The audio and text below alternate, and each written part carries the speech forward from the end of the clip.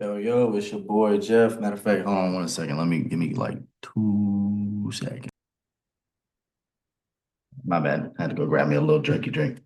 Your boy thirsty. But it's your boy Jeff. We're deep in the bag trading where yesterday's price is definitely not today's price.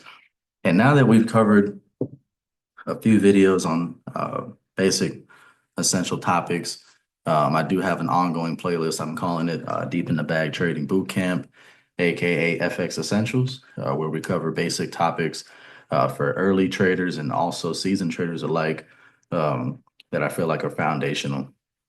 So if you check that out, I feel like it's really, really helpful for new traders. And it also could be helpful for seasoned traders as well that need a refresher on basic things. I look back at basic topics because I never stop growing. So if you find that helpful, feel free to like and subscribe. And yeah, I hope that helps you. But man, this would be today's video, or this video would be the first video where I just get to sit down with you guys and have some bag talk, man. Let's get in these charts. It's the beginning of the week. It's Sunday night. I really want to try to do this every Sunday, if not every other Sunday, or maybe before a major news event is coming up, which is, by the way, in the FX Essentials group, we have not talked about news yet. So that's probably one of the next things that we need to talk about.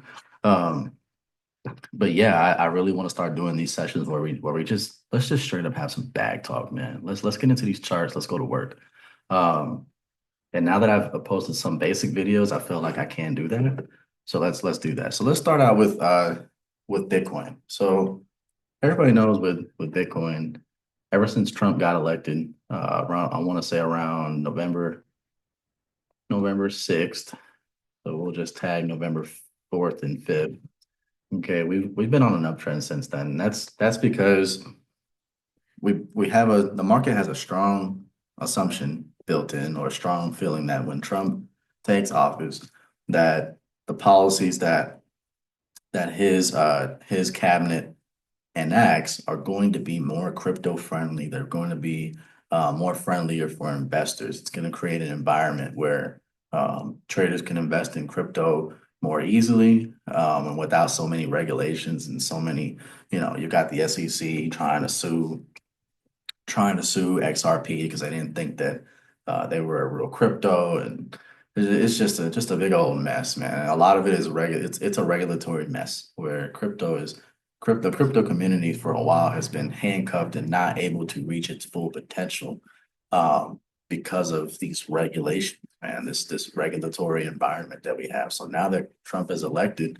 hopefully we will see a more friendly environment for crypto and crypto investors alike.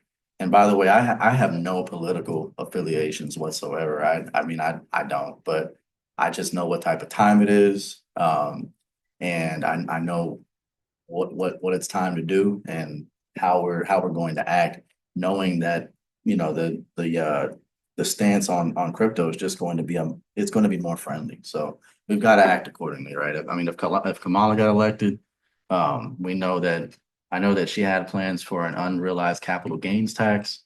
I don't know if it was going to be passed by Congress, but that's something that would scare the market, right? So things like that would scare investors away, and maybe make it not so friendly for crypto as well. So, or crypto investing. So you have to pay attention to market sentiment as well as price action. It's just as important. Know what's going on around you and how it could potentially affect price. So when we're talking about Bitcoin, where are we at right now? So we had this massive move up to give 100,000 a chance. And one thing that I will say about significant numbers like 100,000 or round numbers is that they typically serve as strong areas of resistance. So I was already anticipating that we would come either, there's a few things that could have happened, right? We could have came right up close to 100,000 and started to reject, much to what we're doing right now. But it's not over yet, and I'll explain why in a minute. Or we could have gotten a thrust above that significant level, followed by a massive rejection as well. Okay. So those are the two things that I was assuming was going to happen. And then the third thing which is I would consider this the highly unlikely scenario, would be where we actually come up, retest, and find support above 100,000 and keep going. And the reason why I say that that's unlikely is because there, in my opinion, there are a lot of traders that have been holding this for a long time, and they're waiting for that figure to be reached. And this would be what I consider a profit-taking area, just because it's a round number, it's a significant number. There's a thing about significant numbers when it comes to any asset. When you reach that round number, that significant number, you know what I'm talking about, like the 100,000 or 100 or 1,000. Those are key areas where traders may look to, or long-time holders may look to take profit. Okay, and if they take profit, that is going to bring the market down a little bit. There's going to be a healthy pullback. Okay, there's going to be a healthy pullback, and as I predicted, there is a pullback starting to occur. Now, it's not over yet. It's not over yet, because if we look back before, this is still in line with the pattern, right? This would be we're looking to create a higher low, right? So it's not just because we have a pullback occurring, it doesn't mean that this is going to completely break down and go to hell. It just means that it might be the start of a significant pullback to more significant support areas where we can find better entries to get back into long entries, because at this point in time, I'm very against selling Bitcoin. I just don't think it's a good idea to trade against Bitcoin right now. I think it's a good idea to look for better entries in the uptrend and then take advantage of those windows of opportunity. So let's take a look. I wonder if we take a look at first let's take a look at the Fibonacci real quick. So if we look at my fib, I'm going to go from the lower high, or the lower high, or excuse me, the lower high that made, or the higher low, shit, can't talk today. The higher low that made the next higher high. And if we look, it looks like we got up close, right past this. Let me delete this line because it's right past the 618 before we started to reject. So if you remember from my discussion, my very, very last video at the end, we were talking about Fibonacci, and I mentioned this is not all there is to Fibonacci, but this would be what I call an ABC Fibonacci pattern. Usually 100% is the key level, but you can't ignore these other levels also. So 618 is pretty important. 786 is moderately important. I feel like the most important is 100%, 1382 and 1618. But at the same time, you have to also take a look at your other indicators that are going to determine what else is happening, right? Besides just, yeah, we did make a lower high or a higher low, and then it came down and we made a higher high, and then we made a higher low. Sorry. So I consolidated a little bit, and then it moved up. But there's a couple things that worry me about Bitcoin right now. For one, this trend is very overextended beyond my 50-day EMA. And for two, my MACD it just looks exhausted. So let's pull up, instead of just focusing on only the MACD, which is the primary target, or the primary indicator that I use for price exhaustion or continuation. Let's take a look at this. I wonder what the Stoke is saying. Okay. Yeah, that's what I thought. So usually when we get above, if anybody uses the Stoch, I know I'm going to be talking to you right now. So when we get over 80, that's typically overbought. We've been overbought for a little bit now. We came back below into the neutral zone, and we came back above the overbought area again. It looks like to me that would be considered a divergence. And what I mean by a divergence, and I haven't talked about this enough with the MACD on the FX Essentials group, but when you see a divergence, it means that your oscillator made a lower high. So it made a higher than a lower high, but yet your price made a high and then a higher high. So what that actually means is that it's a strong indication that we are about to start pulling back a little bit, and we have. it looks like right now we're in the neutral zone. So if we can get to, if this can come down into the oversold area like it did here before we got the buy, we at that time when it does that, we would like for us to be back closer to this area here, which is now considered a support level, right? Um, we are a little bit above. Let me get out of the Stoch now.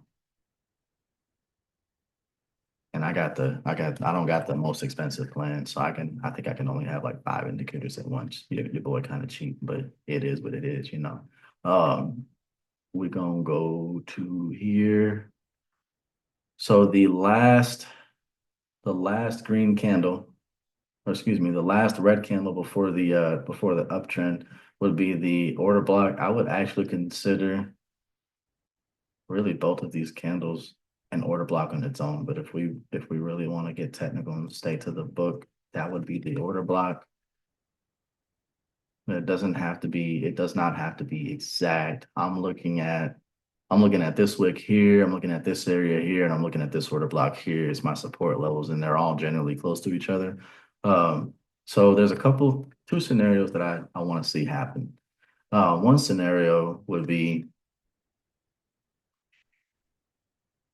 okay, so one scenario is where we come down and I have a trading group that I run on Telegram where I post these type of price action scenarios often. I haven't done it in a while, but usually this is what I'll do. So this is my first scenario where I feel like price is gonna come here in accordance with MACD saying that we are overbought.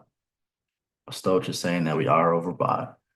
Um, and then price action, of course, is saying that this is a pending reversal waiting to happen. This would be a potential pathway for price. Okay. If this candle can close below that one, if this daily candle closes below that one with that rejection wick up top, then we could see a follow through to support and then a move back up to the upside where you could target from this level at least back up to 99,200 or so. Okay. That's one area. Or one scenario. The second scenario that I would say could happen here. Where's my okay, so the second scenario would be all right, so this would be the order block now before that small downtrend as well. So this area, if we break above here, which is I really would prefer it not to do this, okay? Because if it does this shit, man, if it does this in an area that it's already, in my opinion, by the Stoch and by the MACD, it's just a little bit overbought. It's gonna start getting really fucking tricky to fucking trade at this point. Okay. So if it comes above this area, what I would like to see, or actually let's not talk about what I would like to see. Let's talk about what I think is really going to happen. And then I'll talk about what I'd like to see, because that's also what I think could happen. We could, if this candle does well, we could then come above and of course retest that area and move up that way. Okay, that's a second scenario. But a third scenario, which is I feel like this is more in line of what I feel like is what I feel like is gonna happen and what would yield the best trading setup possible, the safest trading setup possible. Because if you buy up here, then you don't have targets to your left target. You have to rely on the Fibonacci. And you're looking, I mean, we're already over 100,000. It's pretty overbought at that point. I just would like to see a pullback. If we pull back, my third scenario would be for us to break below this level. Okay. On breaking that level, perhaps this EMA, this 50-day EMA trajects up this way. The current trajectory is still up. So at that point, we come back and meet that EMA, where we are going to be close to this area of support as well. So you could use that potentially as a stop loss area. You use that as a stop loss area or somewhere close to. And then we will be looking for us to break back above that area of support, retest that area of, or excuse me, resistance now, and then it's going to be a support once you break above that area of support, and then of course play this area the same way that you played up here, right? So we're looking for. I would like to see a healthy pullback in Bitcoin. I want to see a strong pullback in Bitcoin so we can set up for a better move in the future. By that time, if we pull back down to the 50-day EMA, what I'd be looking for is price action similar to what happened back here for this candle to emerge. That's almost engulfing, but it's not quite, but it looked like it was good enough. Um, where we react to the 50-day EMA, our MACD would at that time be probably if we kind of extrapolate that trajectory, it'd probably be something like this, something like that. Okay, where this is starting to curl back up to the upside now, like this, if that makes sense. So our MACD would be looking to cross back up around this level, almost in the same area where we're respecting that EMA support line. And then also we have the support right below that area as well to let us know that we've been there before, we consolidated and we still moved up. So I feel like what I want to see, and it looks like I'm gonna get it, is at least if we don't get the pullback down to this area, at least some type of pullback to this area and a reaction so I can target this area. But ideally, I want to see the pullback down to this area with a reaction and then a break above that support or above that resistance zone to create a new support again with a move further to the upside. I don't think the move to 100,000 is going to happen unless we get a pullback. Now, if we do get that move, I think it'll be a nice move to have, but I don't think it'll create great opportunities for traders. I think it'll create an unsafe environment for traders because you'll be trading a highly overbought asset. It's very risky to trade Bitcoin at this time. I feel like it's overbought. I'm laying off Bitcoin until I see a pullback. Um, let me look at let's look at gold. Gold looks pretty good. One of my homies was looking at gold and doing pretty well in gold in this group. And me and gold have a love-hate relationship, but I've had some really good setups with gold. So one thing that I noticed about gold is let's go back to where's November 5th? Where are you at? Yeah, right there. So that's around election time. If we look back around the same time that Bitcoin and the US 30 and Nas were blowing up because of the election results. If we look at gold, okay. If we look at gold, I think one person asked me in my group, how did I know that gold was going to sell off? So gold was on a massive run before election time. And one thing that let me know that it was possible that it was going to sell was not only was it super high, but again, we're making higher highs, higher lows, and we made a high here, but here comes the MACD letting me know that we potentially could be seeing a breakdown to the EMA. That would be phase one in my opinion, or that'd be sign number one. The second indication kind of comes back to market sentiment, right? So you know that gold is really, in my opinion, a wealth preserving asset, not necessarily a wealth transferring asset, meaning that during times of crisis, or not times of crisis, but during times of crisis or recessions, people put their value into things like gold. Um, I want to say more in a crisis time, like wartime, it'd be war bonds. So the value of the dollar would get pretty strong. But when there's nothing else to invest your money into that you're sure is going to preserve your money, gold is like a safe haven asset, right? At that time, when Trump got elected, the market was, very positive, had a very positive outlook because it felt like, again, like I said, his economic policies are going to be more looser for investors and for big businesses, and that would help the stock market more. So gold kind of became the ignored stepchild. Okay. So people stopped investing in gold for a little bit and focused more on things like Bitcoin, US 30, Nasdaq, things like that, your stocks and your crypto, where gold just kind of took the back burner. That's kind of what I feel like happened in the and the chart kind of shows that as well. So we got the signals coming in before the election. It looks like on election day we had a huge pullback in gold. We did get a rejection off of the 50-day EMA, but it was not quite engulfing. It looks like more of a 50% or maybe 61.8% rejection of this candle, right? So 50 to 61% of this candle, which is a strong level in that range, it rejects and just keeps on selling.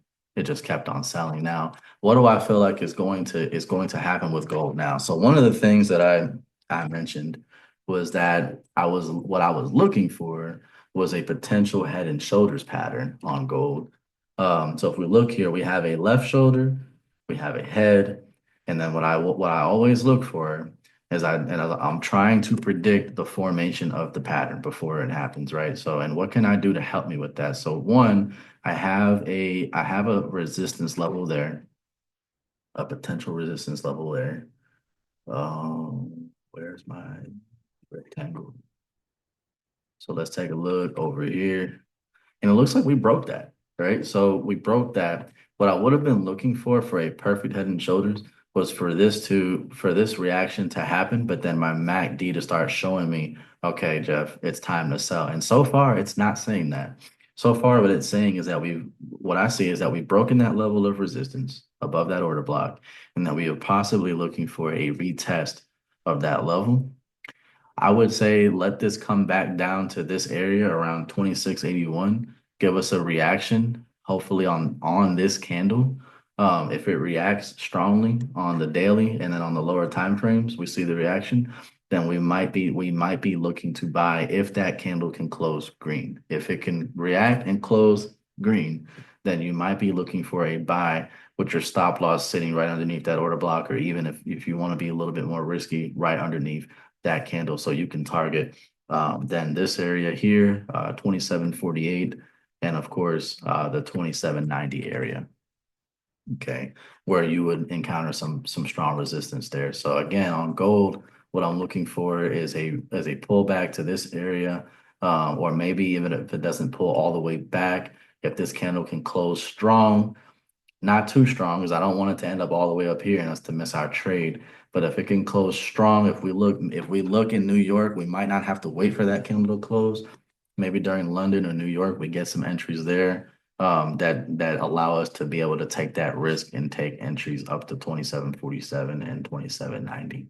That's where I'd be looking to trade to. If we sell, again, the areas of action are going to be London and New York. So if we see any type of sell momentum pickup, it's going to be probably during that time, with signs starting to appear right into London and then right at New York. If New York opens up to the downside and we see rejection of the opening candle again to the downside, we might have to start waiting for this to break back below that order block. If it breaks back below that order block on the daily, then we start selling again to, looks like the 2624 and 2605, and potentially the 2565 area. So two scenarios that I see happening. I'm gonna draw my arrows again, like I did with Bitcoin. So I would look for a pullback into that area right there. If not, a full pullback for this candle to close green or to get above its open price and above that high. If it can at least get above that high during the day, you might be okay to put an entry here at 2723, stop 2696, 2700-ish, with TP1 at 2747. Right. So that'd be the first scenario, right?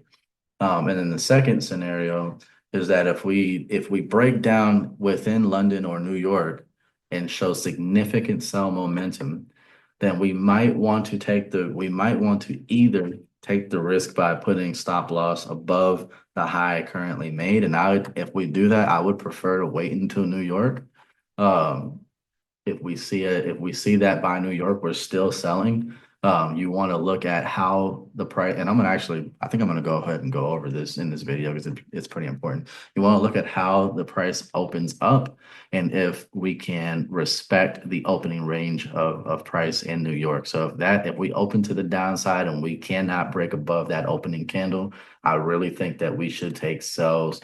You can either wait, you can either take sells now with your stop above the current high, or if you want to be more conservative, you can wait for a move like this for us to break and close below, retest the order block, and then go after that target right there.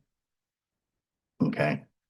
So that's gold. And if we look at what I was talking about on New York, okay, I have an indicator that I have made for specifically for New York session, right? But you don't have to use an indicator to know this type of thing, right? So what I'm talking about is this first candle that opens during New York, this 8:30 candle, 8:30 Central, 9:30 Eastern time.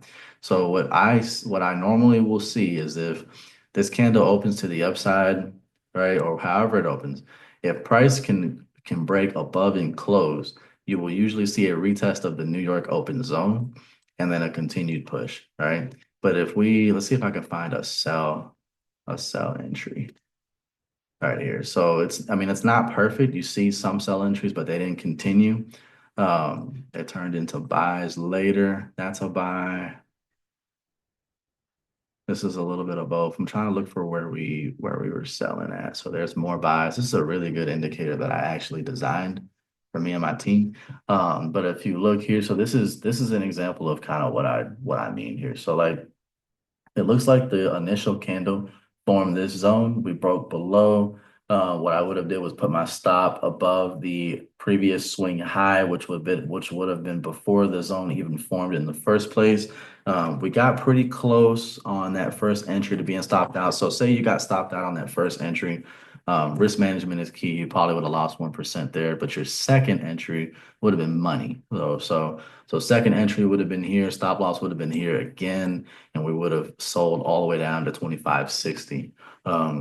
So that's the type of move that I'm looking for to say, hey, it's time to sell. If New York opens something like that, okay, if we open something like that and we see sell entries come through, I'm gonna start looking for sells.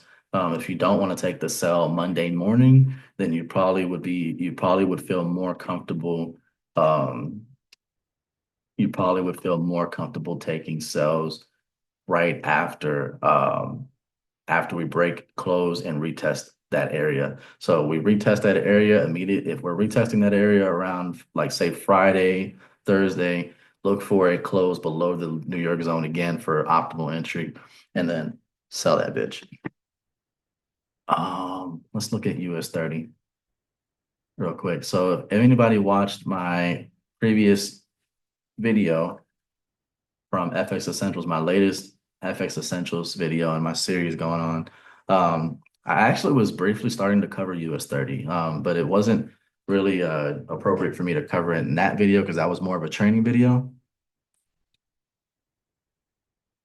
But right here, since we doing some bag talk, I figured it'd be a good time to go ahead and talk about what's the plan for US 30 this week. Um, so if we look at US 30, it looks a lot like the story with well, I wouldn't say it's a lot like the story with Bitcoin because this bitch just keeps going. I don't see a rejection yet. Um, if we look, it's making higher highs and higher lows right now. So we got classic entry, beautiful entry for the election. Just like with Bitcoin, it came back down to the 50. We got a nice MACD cross up to the upside and we pushed up, made that high. Looks like we rejected the previous high that was made. Just a beautiful setup. It was just a good time to be a trader at this time, I'm not gonna lie. Came down, rejected that area, and gave us more. Right. So had a little bit of trouble in the beginning of last week trying to get this entry right. I think I mean, more of it was me tapping myself on my head and letting myself know, hey, Jeff, you have to wait for this candle to close before we get in. And even on the lower time frames, like the 1 and the 4 hour, you might want to look for confirmation for your break and your retest. So that happens, man. You will make mistakes, and I made a couple mistakes last week, but on Friday we definitely made up for it. We did end up catching the last move of the week. We were in an uptrend. I think I called a buy with stop loss like 43. I can't remember what my stop loss was. Look,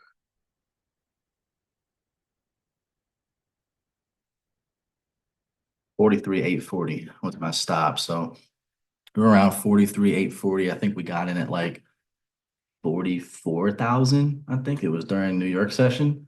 So we ended up with a pretty good long position. 43,840 would have been below the opening, right at the opening price of the day. So not exactly below. Well, yeah, a little bit below it, almost there. So close to the opening price of the day. I'm just gonna leave it at 837.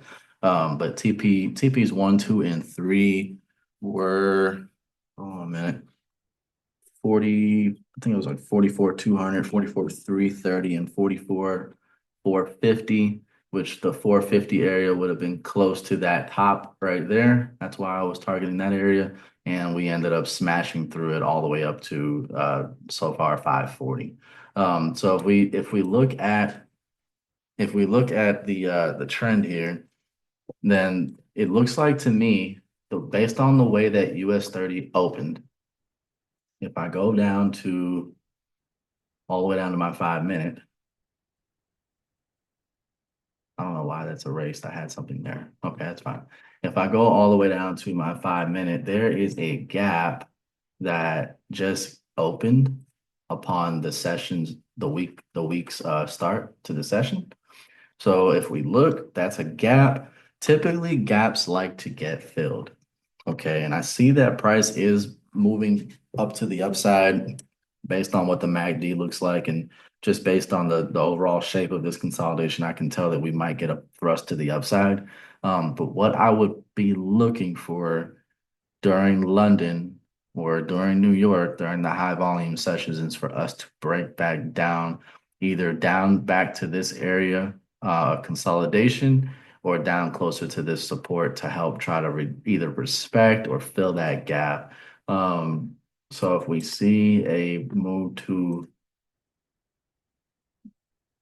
oh my Lord, here we go. So what's probably going to happen like right now, immediately, is we probably will see a slow but steady move to the upside. Not too much, but maybe about 50, 100 points or so. But sooner or later, what I would like to see during London to give us the best entry is I would like to see a move to the downside during London. So a London reversal. If we don't get the London reversal, maybe a New York reversal that if the London one does happen, it continues and completely fills the gap. But if we get a respect during London, then if I'm up at that time, which I might not be. I might just have to wait till New York because I might be asleep, to be honest with you. But if we see the move down to the downside and I'm able to catch that move during London, then I might be willing, if we have enough of a rejection, all right, if I see some rejection to that gap, I might be willing to take that entry with my stop slightly below that gap. Or if I look, I'm gonna put this here. That's what I want here. If I look at the daily, that would be, yeah, if we came down and respected that gap, it'd be around 412. Yeah, 43,820 is a very deep stop. So what I probably want to do is put it below that order block, which is that's still high. That's still a deep stop. Yeah. Your best bet is probably to put it below that gap, just below that gap. I typically like to have about 200 points for a 400 point reward, about a 350 to 400 point reward total between all three targets on my entries. So let's see how far this pulls back. If it pulls back and gives us the rejection, we might not have a choice but to go ahead and take it, and manage our risk accordingly and put a stop below that order block. or before below that gap. If it does come back and close the gap completely and then make a move, then I think that'll be like a move where we can be really confident. And then where would our targets be? So again, this is in new territory, right? So if we look, and I was leaving off on this on the last video on FS Essentials. If we look at the fib, then what I am looking for from the daily perspective, so you want to use the low that made the last high plus the last higher low, the last higher low. And it looks like to me key areas to target. 100% level is usually the key target that is pretty deep. Um, let's say 45,000, I think 45,080 would be a good target to look at. And that's still very, very deep compared to where we're at now. So if we're at 44, 534, I would want to say between for this day, for today, well, I'm looking at between where we're at now and like 45,096. I think for a single day, I think going up to, these 100%, 132.8% levels that's pretty overextended. But if you're looking to just hold this for the session, I feel like targeting a maximum of 45,000 to 45,096 is way more than enough. I don't even think it's going to get that high. I think it's probably going to come up beyond the 61.8% level because that's only 80 points or so. But 44,950, 44,980 again, but that's a round number at 45,000. I think 44,980 is pretty fair. If I break out one more tool that I like to use, and I haven't went over this with the FS Essentials group yet, is I like to use the CPR. So CPR is basically a tool that helps identify floor pivot levels based on the previous day's price action. So according to the CPR, and these are levels where you can have potential reversals. So these are your resistance levels, and these would be my support levels. It looks like, why do they only have one? Hold on a minute. Unless I'm only showing one. Hold on a minute. Let me see something. Yeah, I'm only showing one. Okay, that's why. So there should be always 3 support pivots and 3 resistance pivots. The best one that I have found is called the central pivot range. Okay, the central pivot range is basically a zone that is calculated based off of the previous day's price action. It's based off the previous day's opening, um, closing, and highest price points. So you'll have a top central pivot, a bottom central pivot, and a middle central pivot. But once you get this indicator on TradingView, you can find it. It's made by Crazy Doodle. But once you get this indicator, you will probably want to make sure all these colors are correct because I think they'll all be the same color. But my pivot, I usually just make a color blue, and then my top and central, I make the same color because I wanted to make sure it shows me the range because this whole range is in play. Um, and then my main things are my resistance and support levels. I make my resistances red just at a default, and then I make my supports green. But typically what I would assume is that when we get up to this third level, price can start to look a little bit exhausted. So yeah, 44,750 is where it says that it should go maximum today. Okay, or where we should start to see some type of hang up. If we looked at Friday, we got up that third level and we consolidated for quite a bit before we moved up to end the day. So those are levels where you'd be looking to take profit. I think actually my first take profit level again was 44,200, which was the top, not only the top from before when we got in. I think we got in later in the New York session, not at the open. But that was my first level because it was the top right there. And I ended up closing slightly before that top, and we still ended up going and hitting every target that I mentioned between there and the 450 level, which was close to the TP, close to the third level resistance. So that's another way that I try to identify potential price targets. But if we look at the fib for US 30, what we're potentially looking at in the long term. I'll look at my, oh, did I not use the right one? Hold on. Nope, I didn't use it. It's this one, so the fib retracement. And that's when you're seeing higher highs and higher lows. What I am looking at is, it looks like to me the 100% is at 45,700. I personally feel like, did I mark that right? This one, and it's a little bit off. You got to make sure you get it right on there. Okay. But yeah, 44,616, 45,096. I don't think it's gonna get nearly that high. I think going with the 40, what was it, 44,740 would be fair. Anything after that, I feel like I'm just gonna leave it at 755. I feel like anything after that, you're risking it. So ideally I would want to see a pullback to close that gap. If we can enter in a little bit lower, that would mean that we're getting in. If I put my gap back, I put my gap back between the close and the open, we'd be entering in closer to the 44,420 area and looking to have a stop of around 44,315, maybe like 44,260, and having a TP, having a final TP. My TP one would probably be to go back up to the top, so 44,545.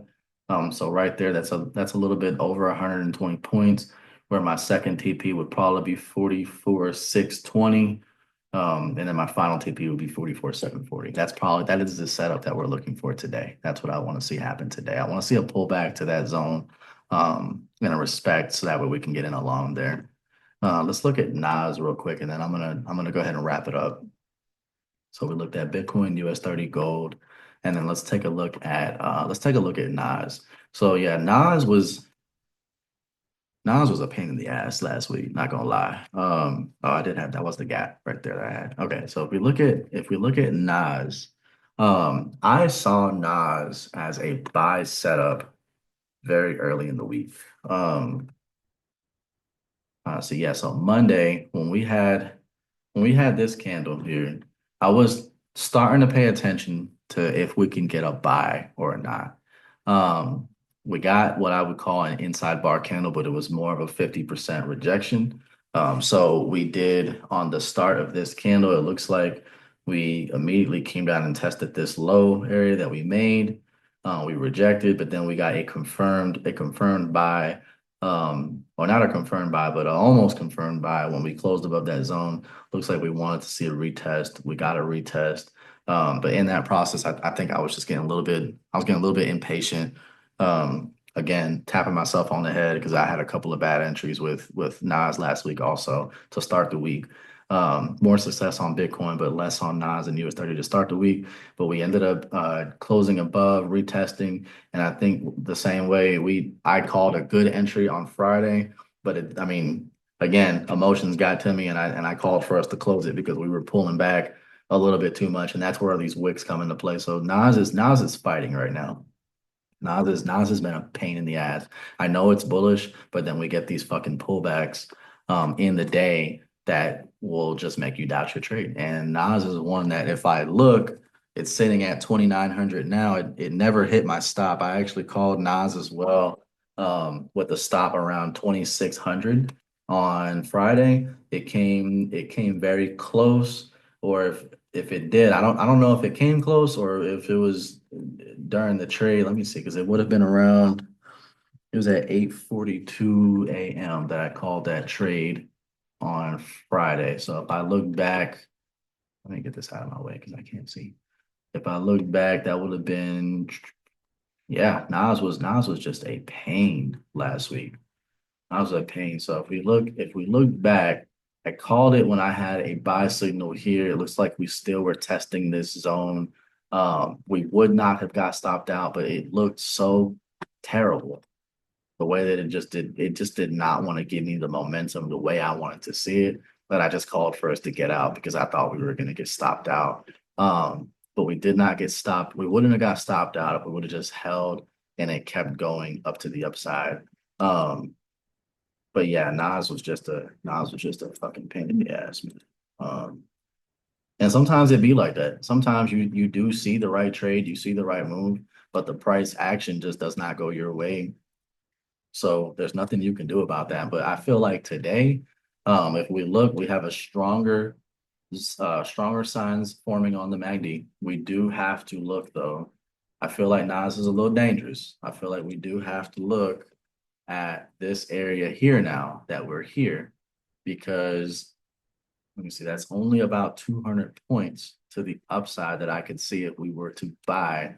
I would want to see us come down and close that gap and show some respect to give us a decent chance at getting a decent buy. But I feel like US 30 has one more push in it before it pulls back. And I feel like when US 30 pulls back, Nas will be around the same area. So in terms of scenarios, I feel like what is going to happen with US 30 is Nas is we're probably going to push up and start rejecting here. We rejected quite a bit. We had three reversal candles. So we fought in this area for quite a bit before Nas finally broke down and gave us the sell. Excuse me, before Nas came and finally gave us the sell. So I feel like we're gonna come up here and it's not gonna be easy. I feel like we're gonna see a rejection. And if we see a rejection followed by a engulfing candle to the downside, we probably could look to sell Nas back down to this area. So the better situation on Nas is probably going to be to take a short position somewhere in this area. Um, or not in this area, but you'll see a rejection in this area, which would mean that we probably have a sell somewhere in this area here, where you have your stop either above that high right there, targeting this area here, or just directly above the rejection. We could see a potentially strong sell setup coming from Nas back down to this area. And that's if you want to trade intraday. If you want to be a swing type trader and you want to wait for a better trade on the daily time frame, which would, in my opinion, be just as good, I can do both. Um, I'd be looking for a sell. I'd be looking for a sell to happen down to my EMA, back down to my support level, and for this to turn into a double bottom.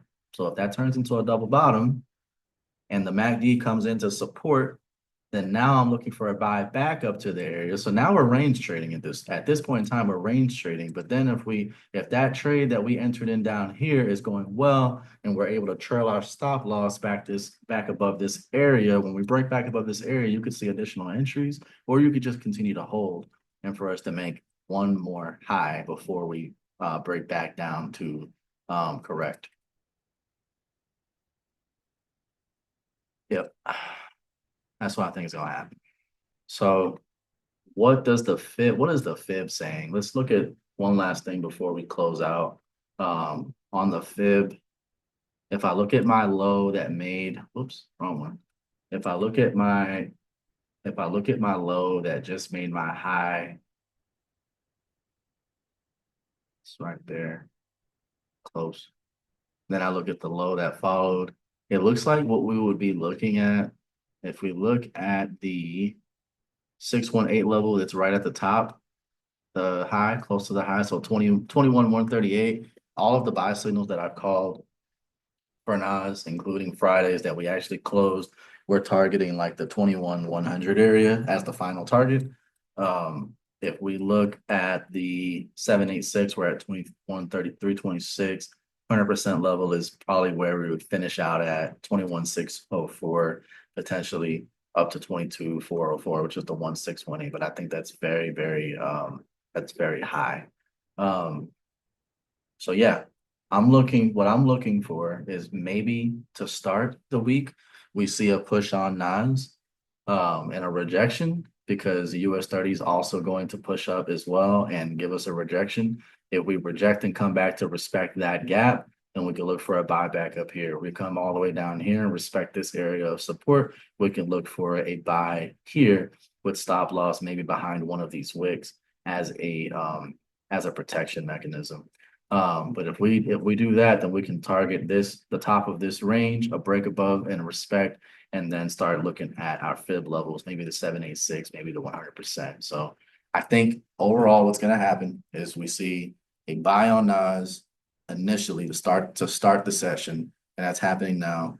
A rejection during the high volume periods, and then a fall back toward support areas temporarily before a renewed push in the middle of the week. Same thing with US 30, a push, then a rejection during high volume times, and then a full out push from the lower area of, or the lower areas, which would be the gap, which is close to the recently broken high. All right, so guys, if you like my analysis and you like things that I'm posting, just feel free, like I said, to like and subscribe. I do trade with a prop firm right now, fundingtraders.com. You can trade up to $2 million, get paid 100% weekly, and claim the default is 80%.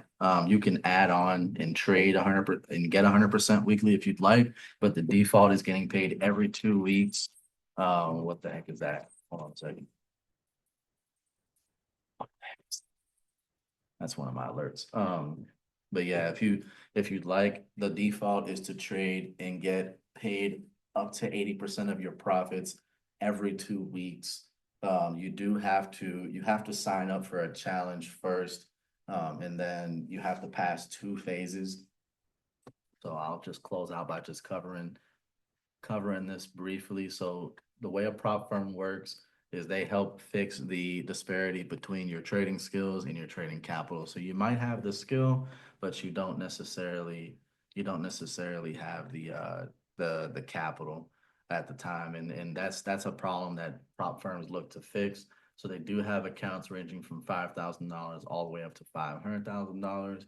I think the $5,000 they don't have DX Trader. They only have DX Trader, which is for non-US customers.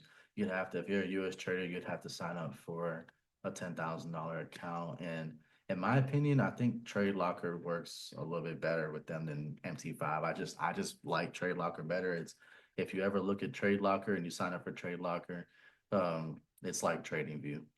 It's really advanced and nice. And I like MetaTrader too. MetaTrader used to be the only thing I traded on.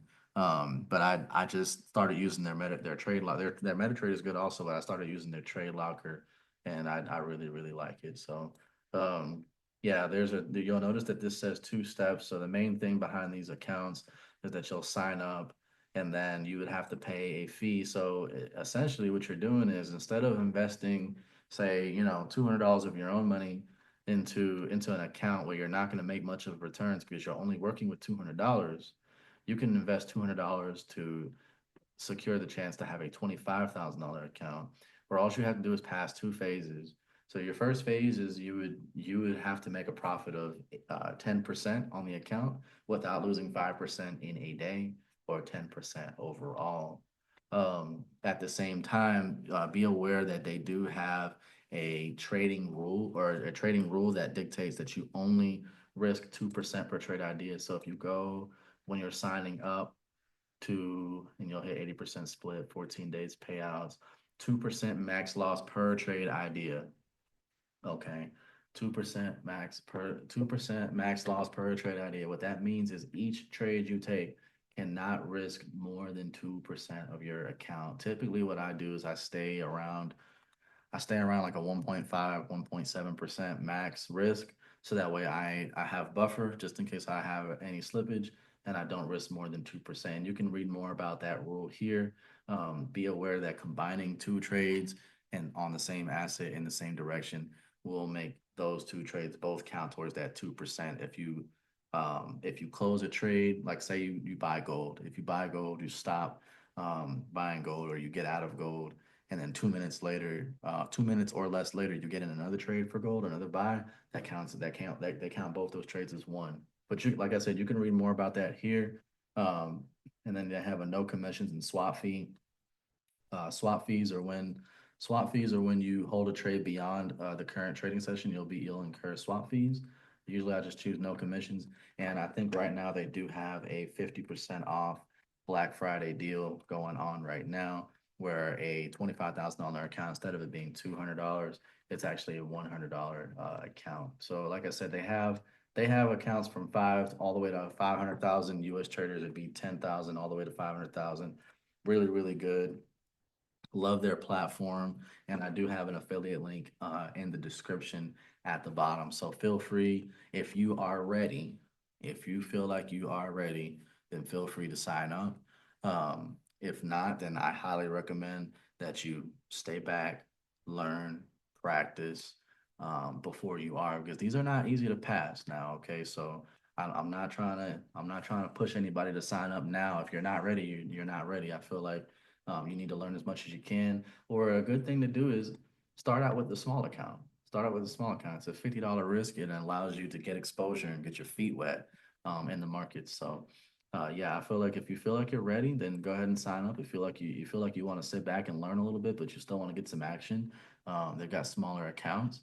And I have a link in the description that it's a referral link. And if you want to sign up, then you can sign up under my affiliation, and that'll help me out also. So feel free to do that, and I hope that my signals are going off like crazy. What's BTC's doing something? I guess that I had a line set up at 97,000, but I don't think that's valid anymore. But yeah, if you like what I'm posting and you like my analysis, then just feel free to like and subscribe.